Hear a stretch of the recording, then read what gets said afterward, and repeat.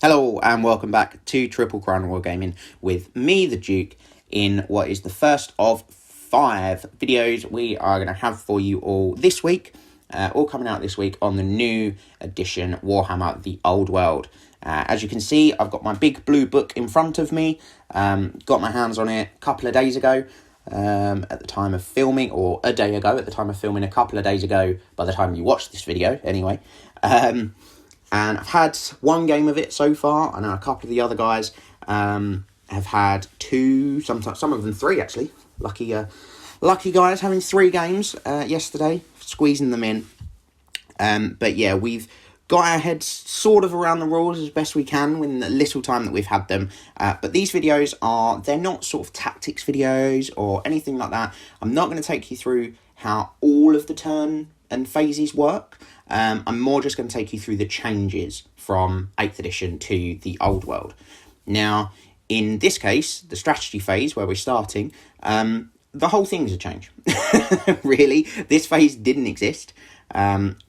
Pretty much all of what was, or what is now in the strategy phase, was just done in the movement phase. But now it's not the case, it's got its own phase.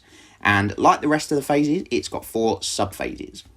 Now, I say 4, having read this over and over, gone through, the rest of the rulebook, the first subphase, the start of turn subphase, feels like it's not really needed, to be honest. There are some abilities, some special rules and things that activate for a unit in the start of turn subphase, but really there's very little. But, this is when those things will happen. They decided that it needed its own subphase, so this is when those things happen.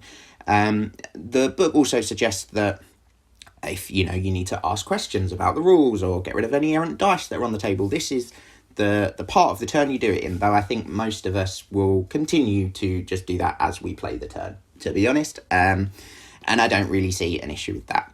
It does specify that if there are multiple actions, multiple abilities that trigger in this subphase, then they're done in the order chosen by the active player, so the player whose turn it is. So it's nice that they clarify that. The second subphase within the strategy phase is the command phase.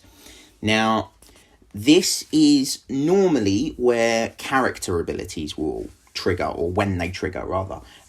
So you might have a magic item, for instance, on your character that will trigger in the command phase. I don't know, passing a leadership test, for instance. Or you just might have an ability on that character that happens in the command phase. Rallying Cry, that's a very popular ability among characters, a lot of characters anyway, that triggers in the command phase, as an example. It does also state that unless specified otherwise, having trouble speaking today, unless specified otherwise, a model can only use a special rule once per command subphase. So probably what we all assumed, but again, nice they clarify it. Not really much else goes on in the command subphase, just the odd ability. Conjuration, so this is the first look at magic that you get in the turn. Now, I'm sure all of you, if not, then many of you have seen that magic is no longer a phase. So the 4 phases, we've got strategy, movement, shooting and combat. No more magic. Magic is spread out across the phases. In fact, all 4 phases you can cast and dispel magic in. So conjuration is the first subphase where we're going to see some magic. So basically, I'll quickly sort of touch on what Games Workshop said about why that is. It's essentially so that spells happen in the part of the turn that they affect. So movement spells happen in the movement phase. Damaging spells happen in the shooting phase. Combat spells happen in the combat phase, which I sort of get. But conjuration spells, so these are either enchantments, which are a bit like your old augment spells, or hexes, which didn't change name, they're still hexes. So this is when these are cast. So enchantments buff your own troops, hexes debuff your enemy. And very much like before with magic, you pick a wizard, pick a spell that they can do in this subphase, cast it, and then if there is an enemy wizard that would like to dispel it, or if your opponent's got an item or something, any other way to dispel it, they then dispel it. And you then move on to choosing another wizard, another spell, etc. No huge changes in how the mechanics of magic work, other than, obviously, it's not power dice and dispel dice anymore, it's just a flat 2d6. But that whole sort of pick a spell, cast it, dispel it, that sort of thing, that's very much the same. The final subphase then in the strategy phase, rally fleeing units. So I sort of get why this is not in the movement phase, sort of makes sense. Don't mind it not being in the movement phase, but there are some big changes here. So as you'd expect, pick a fleeing unit, roll a leadership test for them. If they pass it, they rally. If they don't, they keep on fleeing. Nice and easy, simple. Everyone, I'm sure, was expecting that. I'm sure you've all used it, had it before. No surprises. The first big surprise, though, is under the rallied units section over here. So if a unit successfully passes its rally test, it makes a free reform. Again, no huge changes. However, it can then move in the movement phase. It can't charge, it does specify it can't charge, and it counts as moving even if it doesn't move for the purposes of shooting, but it can still move again. So, I don't know, if your opponent goes to charge you in their turn, you decide to flee, you then rally on your turn, and you can just move back up into position again. I mean, it hasn't really come up all that much, I've got to say, in the games that I've seen or played. But that feels like a crucial, what could be a very impactful change. So looking forward to see how that will sort of play out, what sort of differences that's going to make.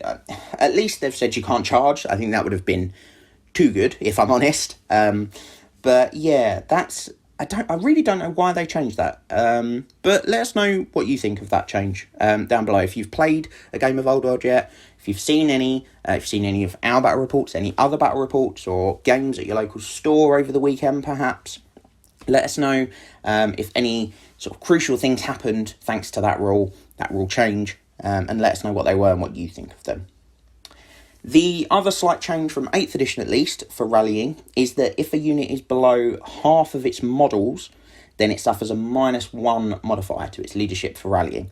And then if it's under a quarter of its models, then, like 8th edition, it will only rally on a double 1. So, no change with the second part. The first one, though, I actually quite like. I quite like the idea of this. It just makes you a little bit less likely to rally. Not, it's impossible to rally a lot of the time, just a little bit more difficult. So, yeah, I'm a big fan of that change. Not sure about the rallied units being able to move after. I'm not sure how I feel about that, particularly for units like, skirmishers or open order cavalry, things like that. Not sure. Yet to be decided. But yeah, big fan of the less than 50%, then it's -1 to rally. And then the final section there is just about fleeing units. If they don't rally, they then move in the movement phase. So you don't move them at this point. If you fail the rally test, you don't then immediately move them and carry on fleeing them. That's actually in the next phase. But that phase is for tomorrow, when we will be taking a look at the whole of the movement phase. And there's a lot of pages, so I imagine it will be a considerably longer video. But make sure you join me then as we take a look at the next phase of the Old World. And let me know down below what you think of the small changes we've had and the addition of this strategy phase. Let me know in the comments. But thank you for joining me here today on Triple Crown Wargaming.